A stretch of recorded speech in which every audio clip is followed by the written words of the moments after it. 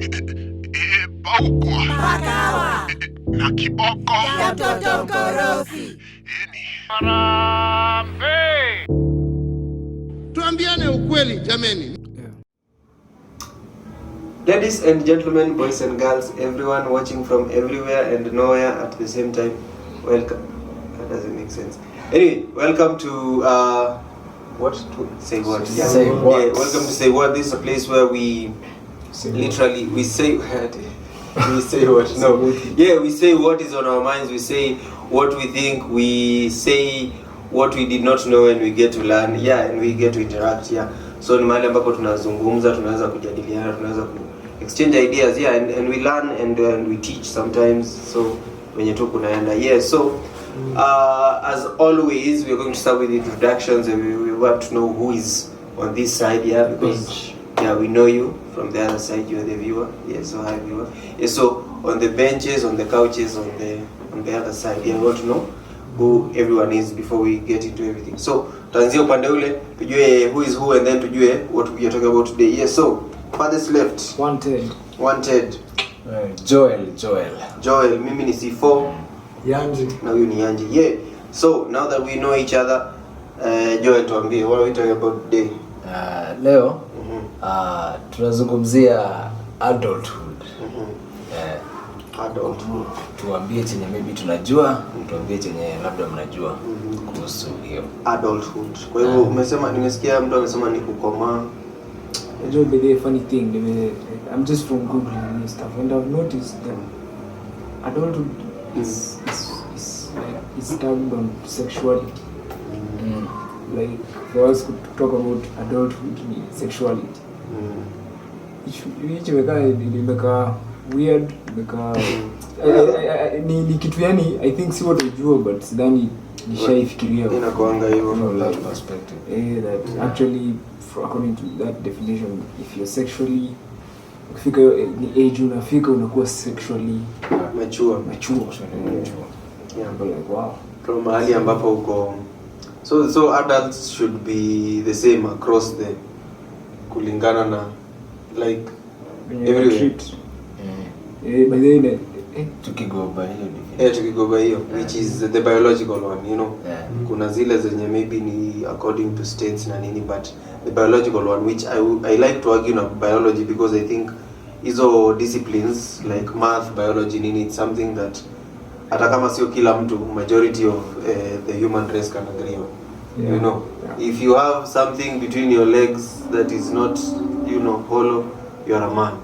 If you have extensions of your chest which have protrusions which can feed babies, you are a woman. We agree, like, you know, unless for the you know, some other, there are a few sprinkles of uniqueness that God decided to put on her. But apart from those ones, like we can all agree. Yeah, so biologically speaking, adulthood can be defined as the age that someone reaches when they are sexually mature. That age of sexual maturity. But Sasa, now yeah. let me ask a question. That therefore means what a territory is, because territory is gonna age, because territory needs like a country, gonna rules is not determine who an adult is, right? So technically, the territory you're from determines the age of sexual maturity. So because Kenya ni 18, place ingine ni 16, place ingine ni probably 12. Nisikia kuna kazi ni country gani walikuwa wanataka kushukisha to 12. Unaweza wade wakiwa 12. Basically akianza kubalehe. Akianza kuwa na hizo ni every month. Yeah, according to them that's a woman. Which biologically she is actually body yake na hiyo ndio sign, but then technically the state or the boundary in which you're from, you are when United's citizenship yako is ina belong to. Technically I think, but nyinyi mtaniambia mnaona, I think technically mna ndio wana determine sexual maturity. Okay, so anyone wants to talk on that before I answer that? I've seen something here which is interesting. Hiyo siwezi sema really hao ndio wana determine, but ni kama hao ndio wanapeana the go ahead ya sasa unaweza. But ukiangalia ni kama mwili ya huyo mtu ndio isha determine tayari, sababu sababu pia when it comes to, let's say for example with ladies, the menstrual cycle, kuna awanzaki it's a specific point wote. Kuna wenye maybe ni mapema kuliko wengine. Same thing with men, story ya sauti kugeuka to a deep voice happeningi at a certain age. Ni ina vary. So ni a very individual process. Yeah, exactly. Only that maybe the country where we can all agree. Agree age in as much as biology ya huyu mtu inasema hivi, akifika age fulani maybe sasa mind yake na biology ziko at par through each other. Naelewana. Yeah. Me when in most situations biology inakuanga ahead of the mind. Ina force mind catch up. Okay. So I'm reading something. You had something else to say? I'm reading something here. It's saying sexual maturity can be considered synonymous with adulthood, though puberty is what encompasses sexual maturity, and adulthood is based on cultural definitions. So according to the culture you come from, that is what is going to decide whether you're an adult or not. But sexual maturity is puberty. Puberty is puberty. So I think it's good to know those two differences as we start. Yeah. So speaking on that, so we will not argue then on the puberty one, because I think puberty, we just know puberty equal. Maybe on the adulthood, because now adulthood is where it becomes tricky. So what do you think, like Yanji, what do you think about do you ever see, or what do you think is the reason that makes different cultures view adulthood differently or at different stages? If, for example, through biology we know that from puberty now you're considered like you're viable, you're mature enough, you can sexually reproduce. So what do you think is, or maybe varies with cultures that maybe makes them say that our level of adulthood here is going to be different from the other? I could say, considering that they are different people to begin with, they have different traditions. So adulthood for one culture won't be the same for the other, since their traditions are different. But do you think their puberty is the same? According to puberty, yes, I agree. Okay, for puberty, I can't say because I don't have more information about it. But I feel, in my opinion, it might cut across. The culture that you come from, let's talk about yours. What is the age that maybe young ones are considered to be, let's say adults? Let's say adults, because we've said puberty is legally, like, biologically the same across the board. So according to your culture, what is the age, or how do you know that someone is an adult? For my culture, I'd say there's the biological part where maybe your voice changes, you're now considered to be sexually active. So in your culture, once someone's voice changes, now you can sleep with them.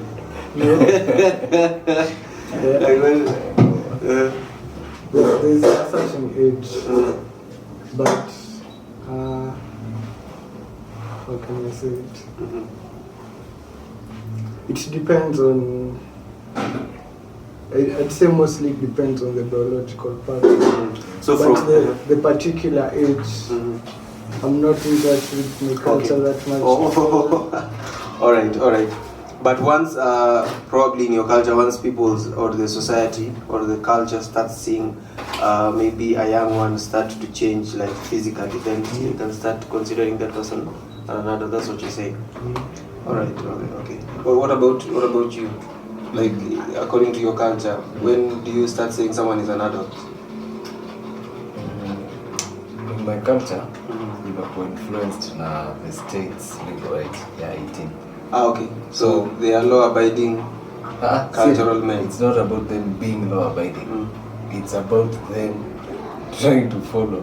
No, the reason why I'm asking this is because there has been a rift between culture and government. The systems that govern culture versus the systems that govern maybe a government. Because I consider it's not even about 18. Where I come from. Let me talk about my village, I'm a sub-county specifically. Sijui about the rest of the other counties where my culture is practiced. But kwetu, people equate maturity to having a national ID. Once you have it, nobody cares how small you are, how big you are. Okay. Once you have a national ID, you're considered. Which can only be acquired in Kenya At when you're at 18 years. Yeah, but that also means if the age were to be lowered, they'd still consider you an adult at maybe 15. Okay. If that was, or even 12 if the government decided. The government decides, yeah. Okay. I feel to answer that question is tricky, considering cultures now don't practice their traditions as much as they once did. They are more law-abiding. That's what I'm saying. The reason why I'm asking is because kuna rift hapa, kuna difference. Like kuna venye culture za watu zimekuwa zikiperform vitu zao, and this is how we do it, and this is the age or the time we feel our young ones are adults. And then kuna hii ingine ya government, you get, or institutions. And that's why I'm asking, from your culture, what happens then? You know, because I don't know, I feel kumekuwa na hiyo friction, and now the kids fail to identify with very many things. In fact, when you talk about culture and government, because culture sometimes people who seem modern in quotes feel like culture is retrogressive, you know, and their practices are not really up to date, and then so they want to wipe that off, but cultural people want to maintain and, you know, preserve things and nini. So I wanted to know if there has ever been conflict within any of your on that too. I think niki studies on hiyo situation ya culture na let's talk for example ka Kenya na country. I think shida pia yuko kwa Kenya bado hatujajiona like a culture. So yani hatuioni kama kwa Kenya ni a culture, like unaona for let's speak for example where I'm from, the Kikuyu, the story yenye najua ya Wasabiri ni for them to agree this is part of our culture, they had to sit down and agree. But you see for us Kenyans ni ile tuna work on common knowledge, ni ile kuassume now that ukifikaga hii mwaka unakuaga considered, we move on that rather than having a sit down and actually talking, like agreeing, so that vitu zingine to agree on a national level. They are the same way walikuwa nakaa hiyo time na majuri cheke ku agree on now this is part of our cultures. I believe walikuwa wana update the same way si ufanya na kitu kama constitution ama you know we update our kitu venye tunadoingi vitu. I feel like on a national level that's the thing hatujafanya, so inaleta hiyo conflict, so that kuna wase wenye bado wana feel sijui kama mshe unakumbuka stuff line ilikuja kwa news wase wakisema think walikuwa Turkana yuko northern of Kenya wakisema sisi hata feeling kama si ni part of Kenya. Feel like so they do things their own way, so utapata some things maybe like mwizi, it is according to our culture it is right kumuua pale mbele ya watu as a sacrifice for everybody to see, but on a national level that may be not what we want as a nation, right? So in the process unapata kuna two things inagongana, but as long as you are an adult culturally si tuna deal na maybe ka sharia laws tunakata hiyo mkono, but on a national level hiyo ni kitu watu wengine wana feel because nimetoka ile place fulani si atufanyangi hivyo vitu, but the only reason is because hatujikaa chini pia as a nation tukajiuliza, and maybe that's what the constitution is technically.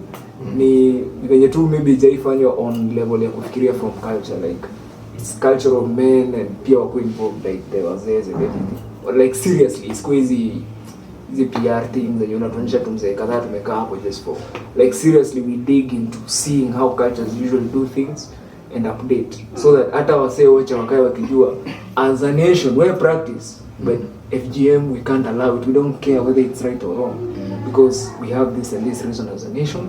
Na wazee pia wakwenu walikuja tukakaa because we have 42 tribes, we know that, so let's involve them so that I feel on a national level tunaweza solve a lot of things zenye unaonanga wale wana feel an adult anaweza handle, wale wana feel haiwezi, but we never had a conversation together to discuss. Na sisi by the way unajua sisi ufanye hivi, maybe even trade, because labda kuna some that are way ahead of the rest na hata hatujaijua because we never even start to have a conversation. I feel maybe on that in resource some of the hiyo chikani kama trying to make one national constitution for 42 tribes is a bit selfish for whoever is trying to, for the our majority wenye wanataka iende a certain way, sababu exactly ianza kukani kama inafaa kukuwe na, let's say for example the age of marriage ama kila tribe consultiwe, nyinyi tutaweka kwa constitution hii tribe yenu ni hii yenu ni hii or something like that. Some I feel badala hiyo because what if mimi ni msapere nimeoa huko, wala watu wetu watasema ni hii watu I feel that is the problem because tukikaa together we can agree kama nyinyi ni 13 wale ni 15 wale ni 17 wale ni, si tukae tu chini si wote tu agree. Nyinyi mnaona sisi wote kama Kenyans age gani tuna agree. Tukisema ni hiyo 18 we know every tribe has agreed. Maybe traditionally we used to do it at 13 because for us we looked at the menstrual cycle.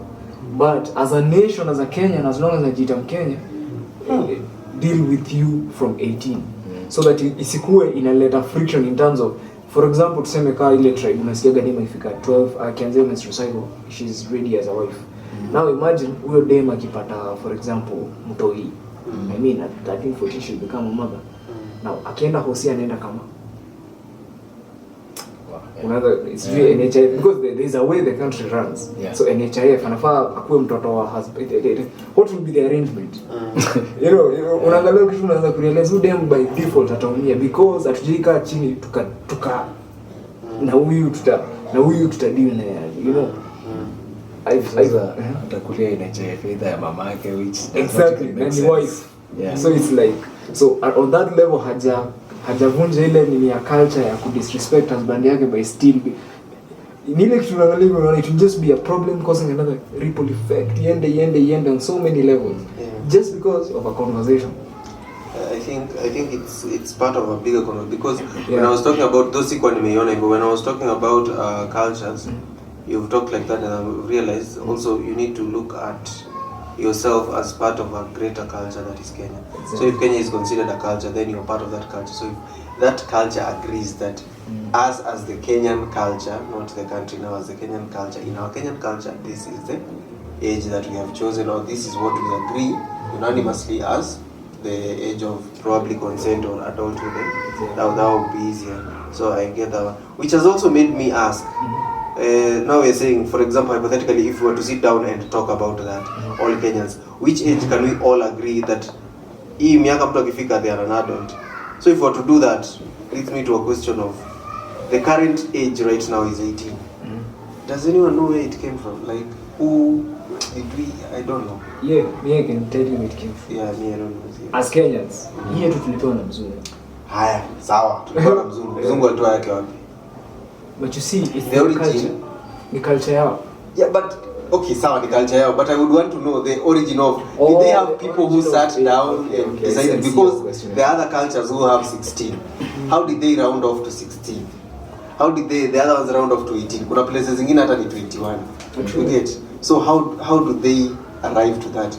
Because probably if we know that, we might learn the inner workings of, I don't know. Yeah, I think it's actually a very great question because I've never asked myself. Because I realize on some level, a few individuals just imposing their will. Because you notice, it was the right thing to do, but they did it for the wrong reason. Like, nile kitu ya kuweka kitu inaweza tusaidia kumanage hawa watu, not so that they can become better really, it's just so that we can control them better.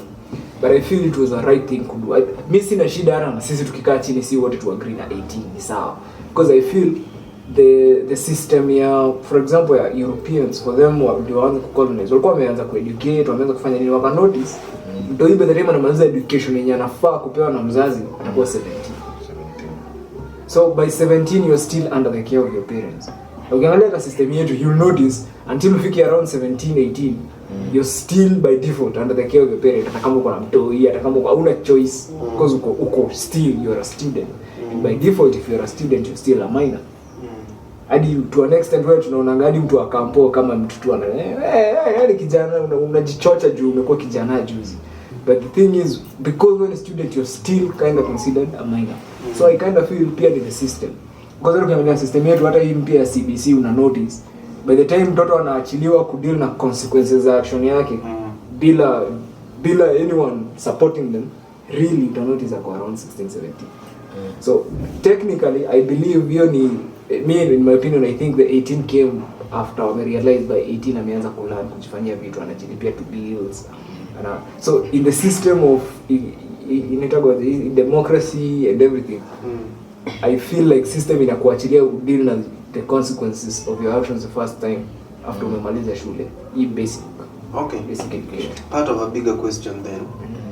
If we took that from the Western worlds or the Western countries, and that was probably working for them and their culture, exactly. Are we also right to assume that that one was not the best fit for us, and we need to also rethink and revisit? You get? Because if you go and impose today, maybe people in Sri Lanka don't know you, isn't it? They just know their president. You alikuwa naitwa nani? Huyo wakaenda wakamchuja. Wewe ndio waambie mimi sasa leo mimi nimekuja tumewaletea sasa the age of nini 8. Then they just like Africa wako na choice. You get? So should we revisit? I don't know, I'm not saying it's hypothetical. You can answer or not, but I'm like, should we rethink our nini as Kenya or all the countries?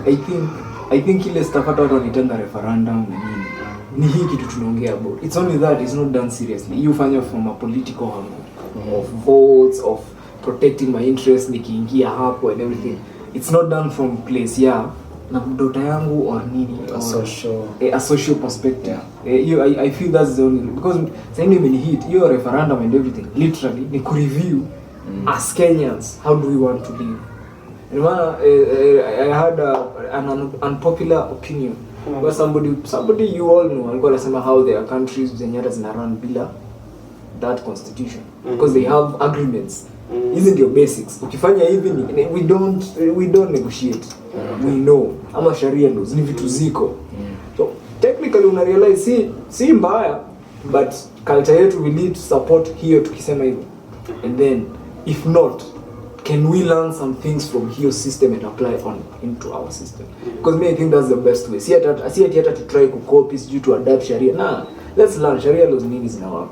Fine, let's borrow those laws. Ile ingine nini na then we incorporate those as we do our referendum, so that we kind of bring culture in to kifanya politics. I believe then leadership will be for the people. Otherwise itakuwa tu always interest itakuwa ni a few vested interests, just a few heads. And okay, interesting. Angie, when do you think adulthood ends? We've talked about when it starts. When do you think it ends? Maybe after you die.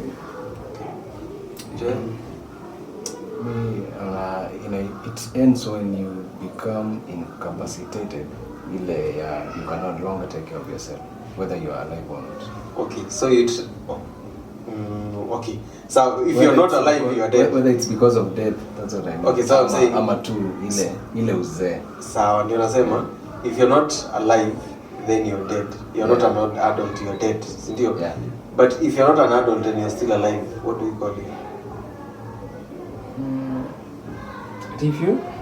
He has said, I've asked when does adulthood end? Akasema, when you become incapacitated or you die too. So, if you're dead, then we cannot give you a face or a name for that, so you're just dead. But if you're alive and you're not an adult, basically, okay, you're either a child or if you're past adulthood and you're not dead, then for example, someone in a coma.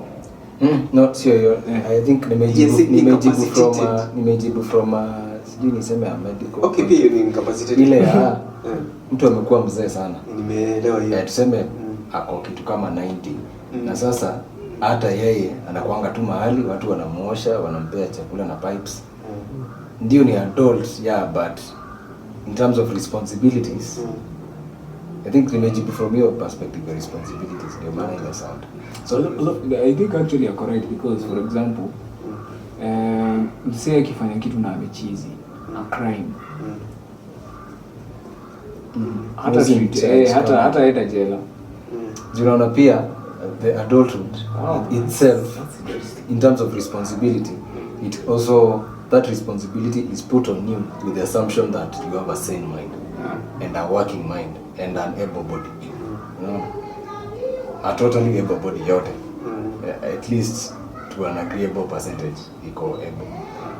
Juu kuna zile unapata yani adult, but ukiangalia biologically it's like a cycle maisha ya mtu. Yeah. Whatever you are doing as a baby, you start doing at 90.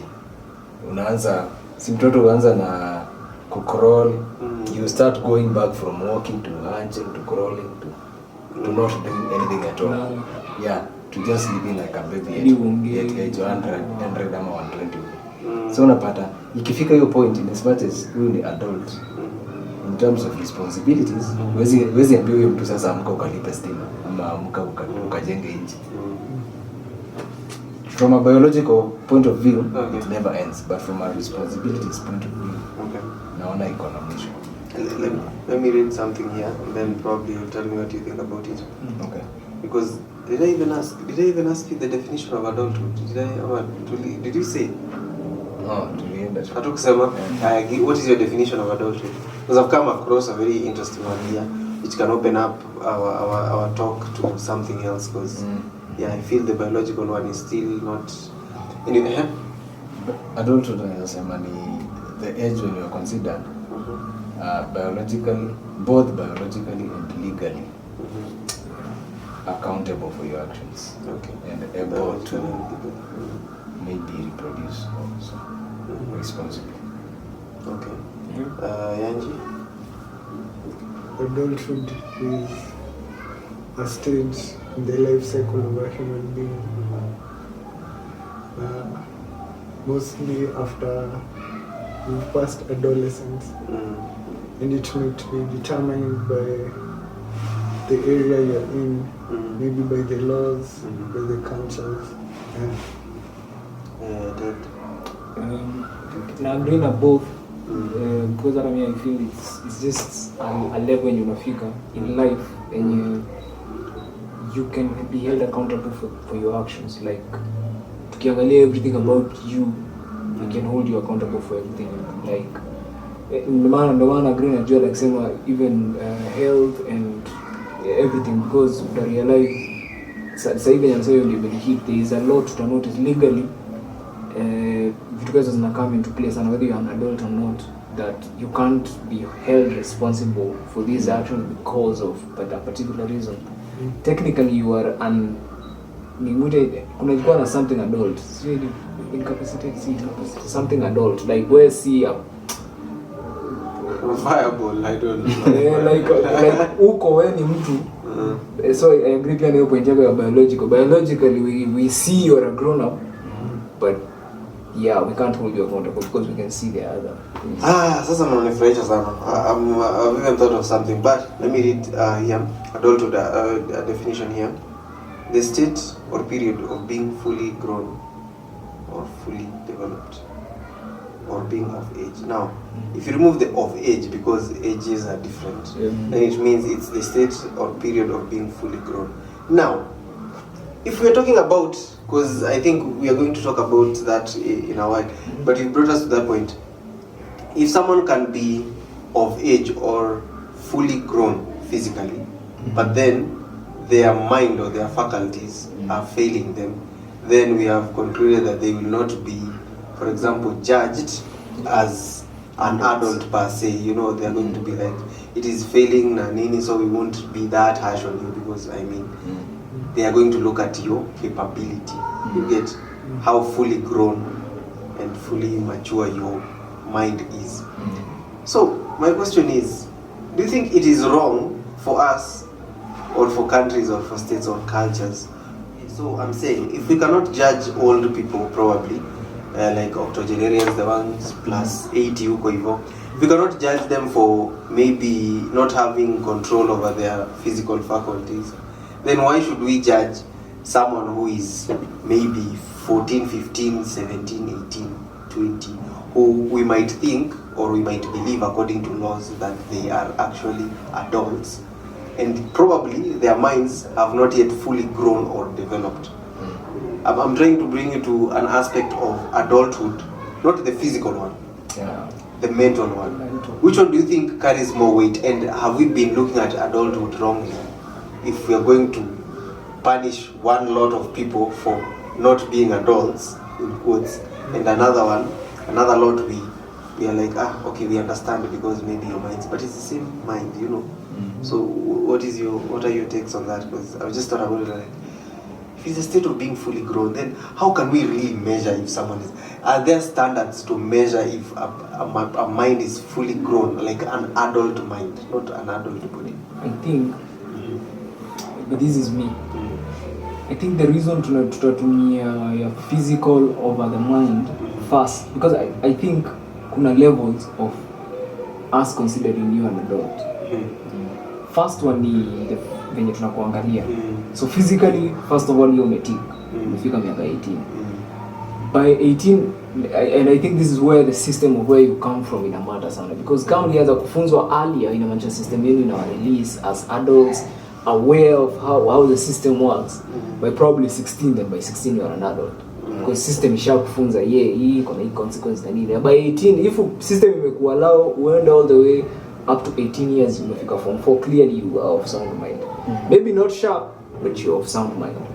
Unaweza interpret one plus, because by the time umefika 18, if you have any mental issues, system itakuwa somehow ilikupika. Hata system mbaya kaa yetu, you notice itakuwa by the time unafika 18, hata wewe ulikuwa socially aware of who is sane and who is not. Na hata kuna behaviors zenye una pick zenye yes normal. I believe system imekutrain enough by that. But sasa the system has also prepared for hiyo sasa level unasema ya mental level, because you notice a judge, in order for us to call you a judge, you will go through a lot of training, for example, so that you can actually after umseni an adult, for example, I'm a commit murder. I can look at you on another level. I think on a mental level. Sasa hapa ndio nianza kujudge on a mental level. Now we can do tests on you. If tuna feel uzee, tunakufanyia test na nini. If the test kama particular, si eti utadeal na consequences. Tutakupeleka tu deal nayo, but tukitry ku solve hiyo shida uko na. And in successful, you need to notice hiyo kitu you work, like Europe and everything, you will notice they can solve that. So I feel like your point was very interesting, but I feel physical is the easiest to address in a social. Kama ni watu wengi, the easiest way, because mental ni kitu lazima ni interact na each and every person ndio nijue. So I feel ni easier kama, let's say, the person holding the law and people accountable. I feel ni easier for me kujua. So it's easier to run this social group nikijuanga level lenye kwanza first of all na treat ni hii. I may be wrong. So I feel ni ile kuna chances inaweza kuwa wrong. Maybe a kid at 8 years was forced to become the breadwinner of the parents. So that kid technically mind yake hata by 10 years is a provider. Inaweza pata ni the same na mtu mwenye at 31 become a parent, au umeanza kuwa responsible. A kid at 10 akona the same concept, maybe on a smaller level, but akona the same concept of I'm a provider. Kuna watu wananingoja nifanye kitu fulani, akona the same kind of push. Na mtu probably amekuwa just a father.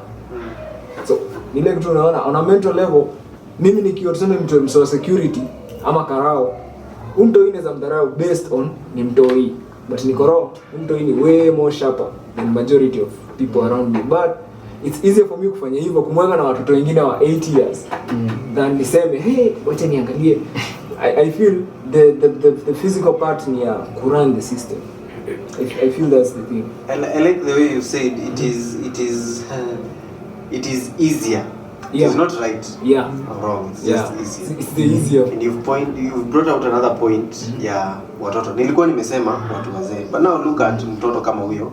Maybe mtu ako 10 years mwenye ameforcewa kuwa breadwinner, or cases of geniuses. If you watch kitu kama Young Sheldon, the kid went to university at a very young age. You know, now another question comes to mind. if there is a position in a certain organization and there is a kid, according to us, ako 10 years, but their mind can fully function, like that kid can be the CEO huko, and he or she wants to apply for a job, naende huko, and then apate kuna criteria imewekwa, we only employ people from 18 to nini. But why do they employ people that way at that age? It is because probably wamefika what they consider as adults or maturity. But when you look at what those people are expected to do, maybe this kid can do even more than how. So ndio nauliza, is it biased to judge people according to the adulthood structure ya mwili na nini, when others might be far much ahead? Okay, that's one example, far much ahead or far much behind, and then we all blanket like even ndio itakuwa na nini. Again, consider maybe there has been this case or not, maybe I'm just being imaginative. An evil child, mtoto mwenye ameenda ameua watu kama 15, just we don't understand, but clearly huyu mtoto kuna kitu inamsumbua, maybe they might be mental or nini. So are we still going to say huyu ni mtoto? I mean, ati hatutamuogopa na like, you know, there are those things. So we just throwing ideas there. But then I mean, naona hiyo point yako, and I feel like on a governing systems level, siwezi wa blame for kutumia hiyo. It's easier for them to manage the system, but on the society's perspective, I feel tunafaa kubeba zote hand in hand, as long as you're interacting with someone on face to face, isikuwa on a physical level kind of evaluation, or in terms of kuelewa maturity and adulthood. I'm saying kama una interact na msee, usimbebe based on hiyo, ikue based on how they are communicating, how they are interpreting themselves, or whatever the communication between you. Hata kama ni mtoto wa 10 years ama ni mtu wa 50 years, judgment base yako isikue age or whatever. And ndio maana msema respect is earned. I don't believe in respect to is owed because umeishi miaka 50. You may have lived 50 years of it. I like to say you can live the same day for 50 years. Na kuna msee ameishi 10 years but vitu ameona ni worth your entire life. So I feel like I would respect the 10-year-old more than the 50-year-old. So I feel like it's not about owed. Si ati nitadharau mtu based on mini, but in terms of earning my respect as a person, iko based on my interaction with you. How did it go? Kuna watu smart utadharau just based on the interaction venye ilienda, where you feel this is not a good person, but very smart. So I feel sasa ikuwe hapo on a mental, if you have interacted with the person on a person to person level. But kama ni rende, sasa hapo you have no choice, because hakuna to go with what works. Sasa hapa itabidi tu nimewaangalia from venye mnakaa, which as you're saying I feel ni biased, ni wrong. Iko na chances mingi sana ya kuwa wrong, but it may work on that, and I feel it's up to you, whoever is interacting with the rende, to try as much as possible to interact with them person to person, so that waelewe on sasa a mental space. But as long as nina deal na watu kirende, for example umeambiwa wewe ni tumekuweka in charge of this 10,000 people go from here to there, na pale hivyo wamewekwa in groups of, you know, most maybe rather kuwa gawanya in the easiest way possible kuwa manage. So kama ni men waende the side, women waende the side.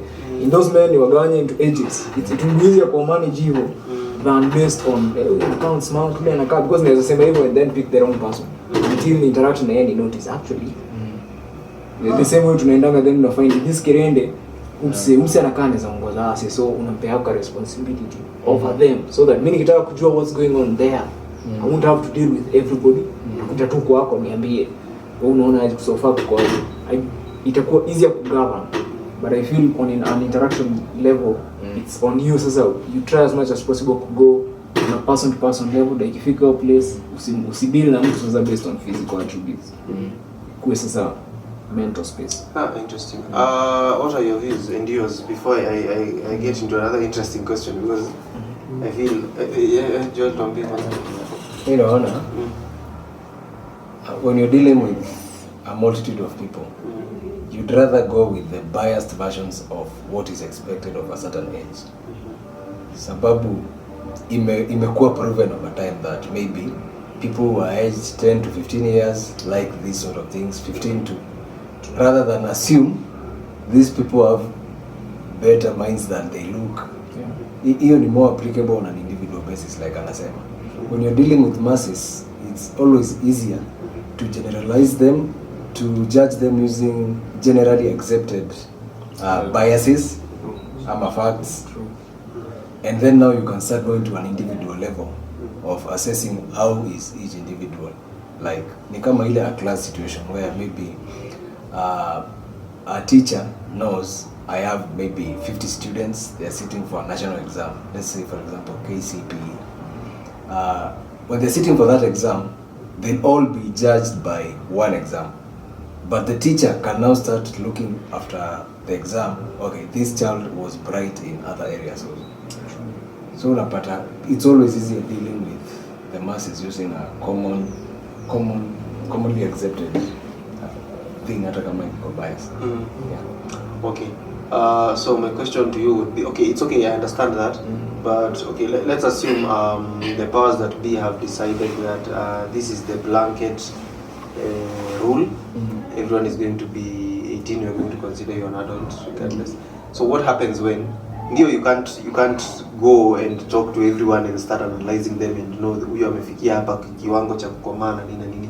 But what happens when hiyo scenario yenye nimekupea, there is 1 in a million, a kid is born, they are bright na nini, they clearly are very mature for their age, let's say, yeah, their mind is like that of an adult, but their body is still catching up, and they are aware. So do you feel like it would be discriminative for you to hold back opportunities for them that clearly their mind can handle, but because of the laws, I'm not saying you bend all the laws, but when such instances appear, like if it were you, what would you, because I feel kuna ka segment Kenya, and there are some people who are like that, but probably they are locked out because of hizo vitu. But you see, the thing about that, there are actually laws for that. There's what we call special education. People usually think it's only targeting maybe kids who are not fully developed. Okay. It's also targeting kids who are exceptional, the geniuses. Okay. It's only that we don't have as many geniuses as the other ones who are not fully developed. Or when you do maybe the system is our system. Your system, the rules zinasema hivyo, but the people running the system haijawa hit that the system, because I feel like they focus on a side. Yeah. Maybe because I don't, maybe see ati hatuna geniuses wengine venye we don't care about the geniuses. We care about the less because there is more profit and more money. Hata si ati tunataka kuwasaidia, because if you really wanted to, I feel like tungewasaidia. People in the culture. Yeah, it's okay. Yeah. But sasa ukiangalia venye tu tuko na, let's say, a child mwenye aja develop mentally vizuri because of medical issues, venye tu huyo mtoto atatreatiwa specially, huyu mwingine as in, ukienda by, ina depend pia unaweka mtoto wako wapi. Let's say if the child is yours, ukimpeleka in a, let's say, the normal settings, a public school ama a normal private school na nini, that is discriminatory. It's upon you, the guardian or the parent, to know how your child is and whether they deserve special treatment. Sababu, the truth is, no school in this world will go against you trying to tell them my child is brighter than the rest, they deserve this and that. But it's upon the child to prove that they are what you say they are. If you are saying your child in class 1 should be in class 4, then give them a class 4 exam, see how they perform. No school will say no, we cannot do that. Come on, repeat it. Yeah. True. The same way in a job situation. I understand what you meant by a 10-year child being given a CEO status. Now that comes with still how special your child is. If the child has proven that he is better than everyone else in an interview situation or whatever key performance indicators they look at, it should not be an issue, because there are kids in the world who are CEOs at that age, but of their own private companies.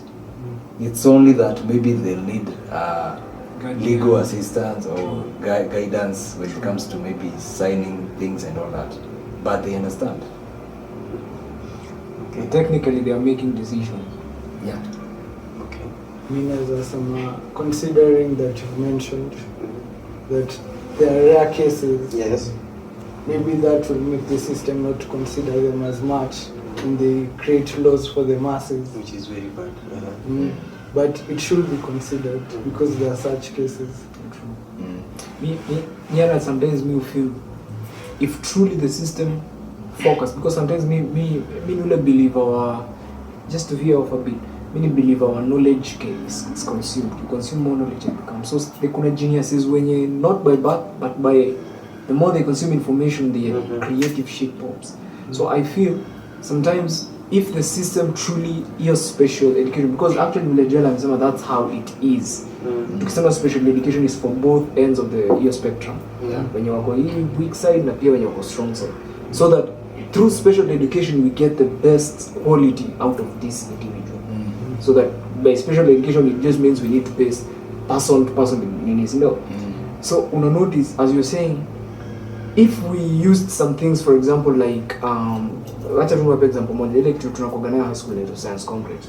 I believe that's a music fest because but era tu wacha tutumia music fest whereby a performer like Trio Mio, who is a number 1 artist, who should be winning every funky so that tuelewe, will not be considered as a genius, music genius, and worthy to pay attention to, you know, unless ni private who have another agenda really hata sikusaidia. So it's up to Trina and the team to be, you know, nile unaangalia una notice maybe sometimes it's the system that iko na responsibility ya ku actually work venye sasa unasema hivyo unasema, because una notice hata maybe si ati hata wa Korea maybe ni tunaonyesha the rare cases yenye ina impress a majority of people based on traditions. Wale wase tumezoea huyu ndio anajua biology, huyu ni daktari, but I'm like also Cristiano Ronaldo is a football genius.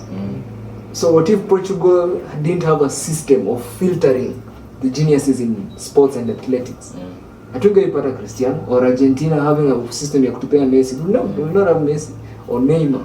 But those are geniuses in their creative aspect. The same way I will call so many musician geniuses. Unaona hata struggle kuunda, or wewe a producer who doesn't even struggle to make a beat. That may be your genius thing, but what in the system helps you think kama producer many genius. You have to prove yourself through making this production work. Whereas a doctor would be pushed to the front. So you kind of, through that, I feel personally, maybe the system peer and the people governing the system should be informed enough kuelewa genius is on, it's a very wide spectrum. And a genius is a special child. Uni mtu wa kubebwa carefully because they can be anything. Na ameshajua hiyo at that age. So when unasema maturity yake imefika mapema sana, mtu anakuambia I want to be a footballer at 10. That's not a child. That's not a child. When mtu anajua 30 years from now I want to be doing this exact thing. That's not a child. Technically maturity yake tunaweza sema iko high, right? So ni wale 10-year-olds wenye ni genius, ni CEO. I mean, they're the owner of the talent. So technically ni CEO wa hii company inaitwa Ted. I'm a musician. So mimi ni CEO wa hii company inaitwa Ted. Technically I may need help when ulikuwa unasema ku understand kujenga hii company. But the thing is, in my genius, inikiona the right time itapop. Now, if the system also helps me pop, you can see tutapata more geniuses and maybe to realize it's not a real thing. Because how come country like America, we have like every day they are finding geniuses and not just education vitu za kusoma geniuses. Like every day they will find Katolika 10 years kamegonga baseball so hard imeenda hadi huko, that's a genius pitcher. And that kid, whatever the biggest team kwa league yao ya baseball, ishaanza kumscout at that age. Or a 13-year-old kid I saw who is, this is brilliant. He's making his own metaverse because wow. Whatever hao watu wamekuwa kufanya Facebook na nini, a 13-year-old kid is doing that because he wants scientists all over the world not to have to go to laboratories, big ones for nini. So he wants to make a place where you can do experiments, lab, like online, but the results zitakuwa the same ni kama unafanya, so ni kama practical but itakuwa online. But these also, so you can share na scientists exactly. Na sasa hakuna haja ya kulipa pesa nyingi za kwenda labs kufanya nini. You can actually do it from the comfort of your take this combine nini your findings, if it explode hapo, it won't have any repercussions on you. And do you know what also it's nice clearly kuna hiyo bias ya kuangalia special people from one end of the spectrum. But also the truth ni ndio maana niko nasema ni upon wewe who is the guardian and all realize where to put your child, sababu ni kama venye hata Kenya tuko na football academies. Ni una realize mtoto wako 5 years hafai kuwa pale akienda TPE na normal school, hiyo time anafaa kuwa kwa football academy. But then this all thing about geniuses na nini imenifanya hata ni another issue I was to ask you about tukiongea tu kawaida. Yeah, how can we really define child labor? Is it child labor tukiona mtoto kwa mjengo? Why is it tukiona mtoto kwa mjengo that's child labor? Why is it not child labor tukiona a young actor ama actress ameshinda kwa set the entire day? Why is that not child labor? Ama a very young singer cause Kenya Got Talent ama whatever Got Talent. How is that not child labor? I would answer with a question. Is it labor if you're doing something that you love? And what makes you think the child in Mjengo doesn't enjoy that? I don't know. I don't know. If I feel inakuanga child labor ile moment hata hiyo ya acting, I feel itatani to child labor ile moment tu mtoto atasema nimechoka na mumwambie endelea, at that point imekuwa child labor.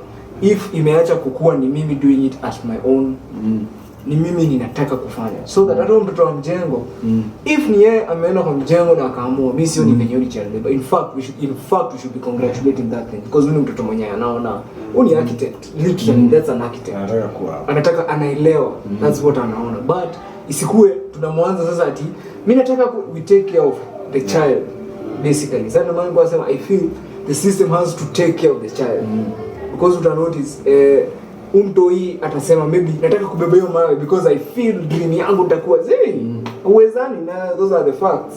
But you need someone who will be able around the child kumwambia hivyo, so that nikao unamuonyesha limits zako hizi, na kama unataka kuinua mawe siku moja kula vizuri, inua mwili venye unaweza kuhandle hiyo weight. The reason nakwambia usibebe si ati juu itakuumiza, because I feel that's where we go wrong. Unaambia mtoto achana na hiyo matope, mtoi ajui hii ni ugonjwa ama ni sewage ama ni nini. I would rather uende umwambie hii matope ni mbaya. Kama unataka matope hata twende home ni kuchimbie ka place. Ukitaka kucheza na matope kujuti zange hapo. Ile usicheze nayo because itakupea ina. Hata kama hata elewa ni nini hizo magonjwa unaniambia ataelewa, there is a reason behind kutoenda pale. Sasa nisicheze na matope but ni shida ni ile matope. So I feel hiyo nayo inamsaidia to grow into now what we call a responsible adult. Clearly ashaonyesha signs za adulthood at a very young age, ashaanza kupick test, ashaanza kufanya huyu mtu anajijua very early. But anaweza turn into a very responsible adult with genius talent, genius knowledge, just because hakusaidiwa kutana into, because this is a system. Hizi ndio zitu ukifanya hivi ndio consequence. Hizo ndio vitu zinamsaidia sasa kujua I can use this thing hivi. I like mentioned your responsibility of an adult or a responsible adult. Now, I came across a question here, very controversial. I was asking, why is 18 the age of adulthood if brains can take 30 years to mature? Now, neuroscience research suggests that it might be time to rethink our ideas about when exactly a child becomes an adult. Because the research suggests that most human brains take about 25 years to develop. Though these rates can vary between men and women, all that. Basically, the findings raise complex ethical questions about the way, like, criminal systems na nini, if you can judge people at their late teens, and that's why I'm saying it's good because you brought about responsibility. Because we have agreed that adulthood inaanza from a certain place, like from a biological point. When you're fertile na nini, when you can reproduce, now you're an adult. Sindio, it ends when you have said you're probably incapable, or maybe upon your responsibility nakuja. Maybe when you cannot handle your responsibilities as you used to, maybe that's another an irresponsible one. So there is a stage when you become irresponsible because maybe of time, not by choice. Not by choice. Na kuna ile ingine just haujafika hapo. So hapa wanasema like kuna age yenye like the 20s, your brain is still developing, you know. Like bado you're an adult but still So that's why Is adult by appearance. Yeah, so like, do you think it is? Well, this is the same question I was asking. Is it really? Should we rethink here, or should we judge people by? And I've heard people also talking about what is this guy's name? This guy who tells us that you should not date women who are hasiji how many years and probably he uses that because of adulthood and I've forgotten his name. Not keep it. Yeah. No. This other nataka kummention vibaya mistake kusema hivyo. Anakujanga teli, wewe uko na kipara safi man. Eric Amerix. No man. Mkenya. Sijui kama ni Mkenya ama ni huyu ana advising about relationship. Huyu jamaa anaitwa nani huyo jamaa? Ilikuwa niseme jamaa wenyu badala tribal. Anaitwa Zulu. Yes, Benjamin Zulu. Benjamin Zulu is always of the opinion that if you're a man and you're not 30 years, don't even think about dating. Don't even, if you're a chicken, you're under 25, wewe bado uko. And I would kind of naona where maybe he might be getting his research from, because if a brain takes roughly, and like I've read, it varies between men and women, and women are fast growing, they mature faster. So kama yeye anasemanga he cannot judge, like hata ukimletea story ama issue na you are under a certain age, like enda kwanza go first and be a responsible adult, or fika ile miaka yenye at least akili yako imedevelop. I cannot talk to you as a responsible. Okay, so do you think should we reconsider that? No. Or is it an aspect should other people consider ni kuwa more aware, or kuwa na tuache kutumia one system of adulthood kujudge everyone every level of adulthood. By having a national ID, it doesn't mean you are ready for marriage. Ni kama the same way unapata ukiangalia really 18 iko pegged on, like alisema, being productive for the nation. This is the age when you are supposed to provide labor. Umepitia masomo, now you are ready to provide labor for this nation. But in terms of, if we were to really be honest with ourselves, like umekuwa tu huyo mzee, kuna zile age, some responsibilities are not worth taking. Unaona, ni kama hiyo mzee yako below 30, ukiamua mimi nitakuwa baba ya mtu and all that. The truth is, just because you can provide shelter and food doesn't mean you are capable of being someone's dad. Pia kuna stuff niliona ya kazi sio becoming a father, ni being one. To become a father, it's a matter of the work is not becoming, it's being. Yeah. And kuna zile age being takes you to have known the world a little bit. Yeah. And to have your stuff, whatever you can call your SHIT together. Yes. For you to. Okay. Yeah. Being is the issue. It's not becoming. Everyone can become. Ni kama huyo mtoto wa 12 years anaweza become a mother, but can she be a mother? Oh yeah, she can become, but can she be? Yeah, being is the issue. So ukiangalia, shida imekuwa ni, mimi naona ni looking at 18 like the legal pass for everything. That's so wrong. Yeah. Sababu hata ukiangalia hiyo 18 hata kwa hii in our normal education system, 18 you've just completed your secondary education. What do you know about that? Exactly. In fact, all you've done ni comp kimaliza ku-download app. Yeah. That's all. Install. Yeah. It's just hata ujaanza kuoperate executable file. Tu uko tu na zip file kwa kichwa. So hata let's look at things a bit like layman kidogo. Yeah. After university mtu ambiwa nini? Been given the powers. Yeah, the power to read.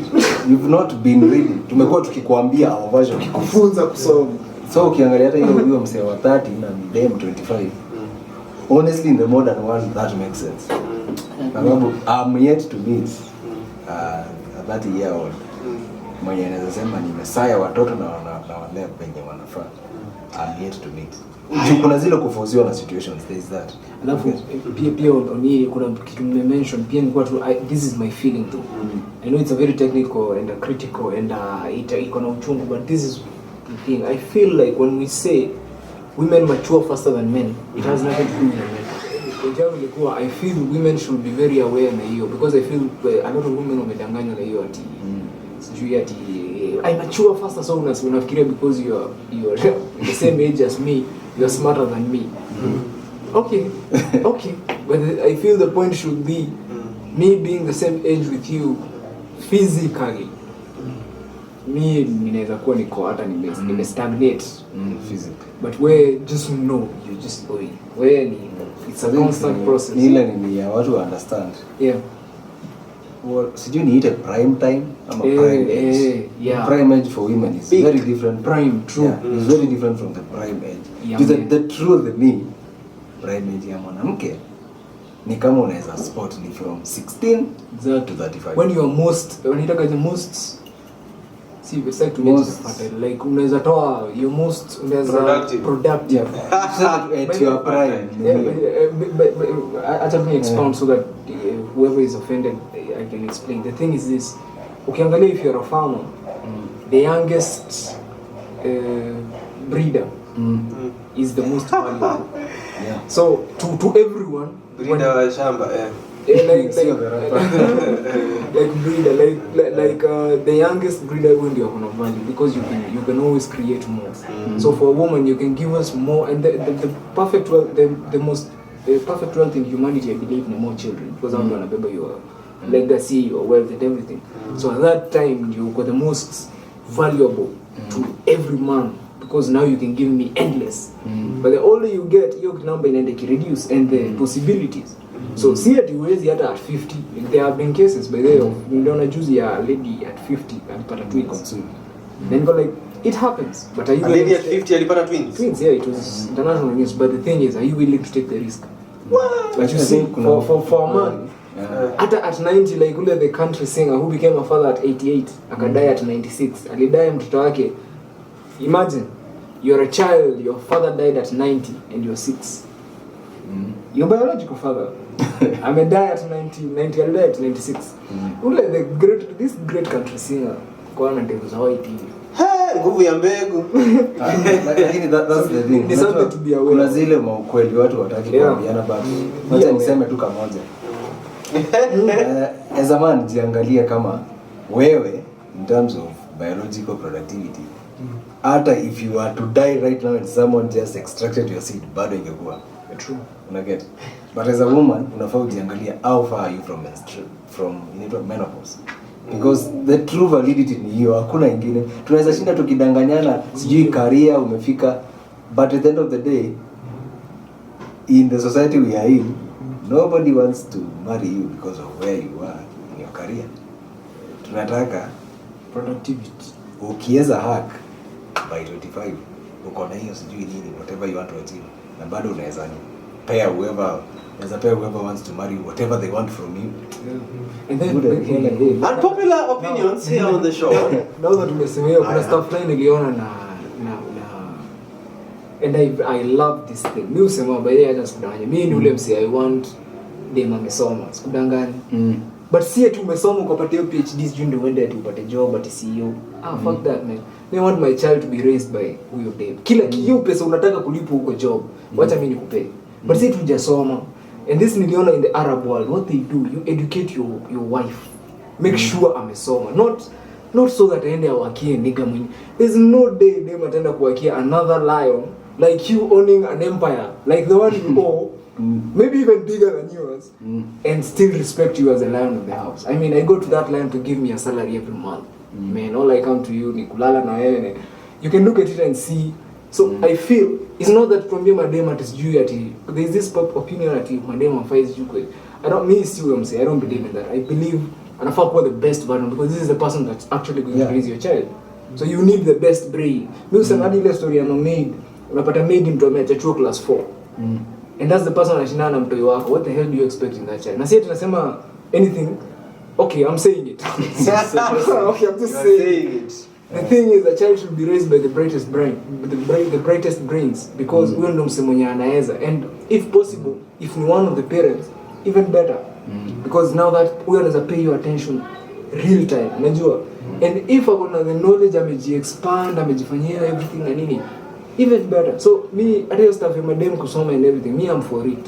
But isikuwe ati unasoma ndio uende ukuwe CEO. There's no day utakuwa CEO and still be a wife. You choose one. You choose because umetoka 8 hours. I mean, it's only human. Umetoka 8 hours of running shit. Then ukuje kwa hao run shit aje. Hapo ndo unasikia demgana anakuambia mwenye anafika kwa hao kwanza apike. Na mimi naelewa akisema hiyo shit because anyway hata the same umetoka 8 hours na mimi nimetoka ile 8 hours. But the thing is, wacha mimi ni hustle. I will do it for us. But this is now me, my opinion, kama te.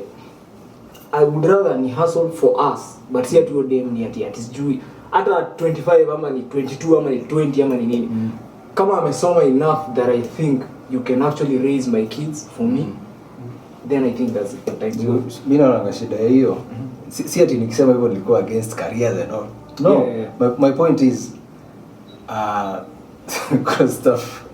Anyway, this is not related. Nilikuwa nasema you cannot have the privileges of the freedom of prostitutes and the privileges of a wife. I guess. Nikijaribu kurelate na hii, sidhani ni possible to have the benefits of a career and the privileges of a mother simultaneously. Hiyo sababu kuna ni kama ile afali wawili wakipigana nyasi ndio inaumia. So unafaa ujiangalie, uangalie situation kama let's say ni hiyo ni watu wawili wanapasuka career, si ndio? Nyasi ni nani kwa hiyo situation? Si maybe ni huyo mtoi. So huyo ndiye ataumia. So nataka ku agree na hii yake. If one, let's say the mother can just be a mother na hiyo knowledge yote. Yeah. But sasa mimi usema the condition for me if anafanya hivyo the man wewe mwenye umemuoa for me be capable. Hiyo pesa angepewa hapo because the truth of the matter is anaendelea do because whether ni shopping whether ni hiyo to extra you can actually provide. Isikue and this is why I believe in your point ulikuwa unasema as a man allow yourself kufika your point. Grow old enough that you have enough to actually support another human being and another human being and another bila ku have leo sijui sina because at that point you're forcing her ana choice. She's a mother. If the husband can provide food, the mother will go looking for food. You need natural.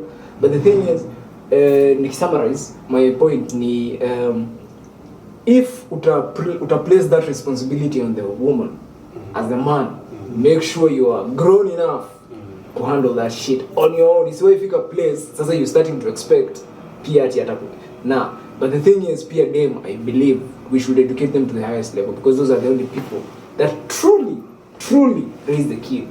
Wewe man unakujanga kumuonyesha examples of, especially if mkaboy unakuja kuonyesha example of how to be a man.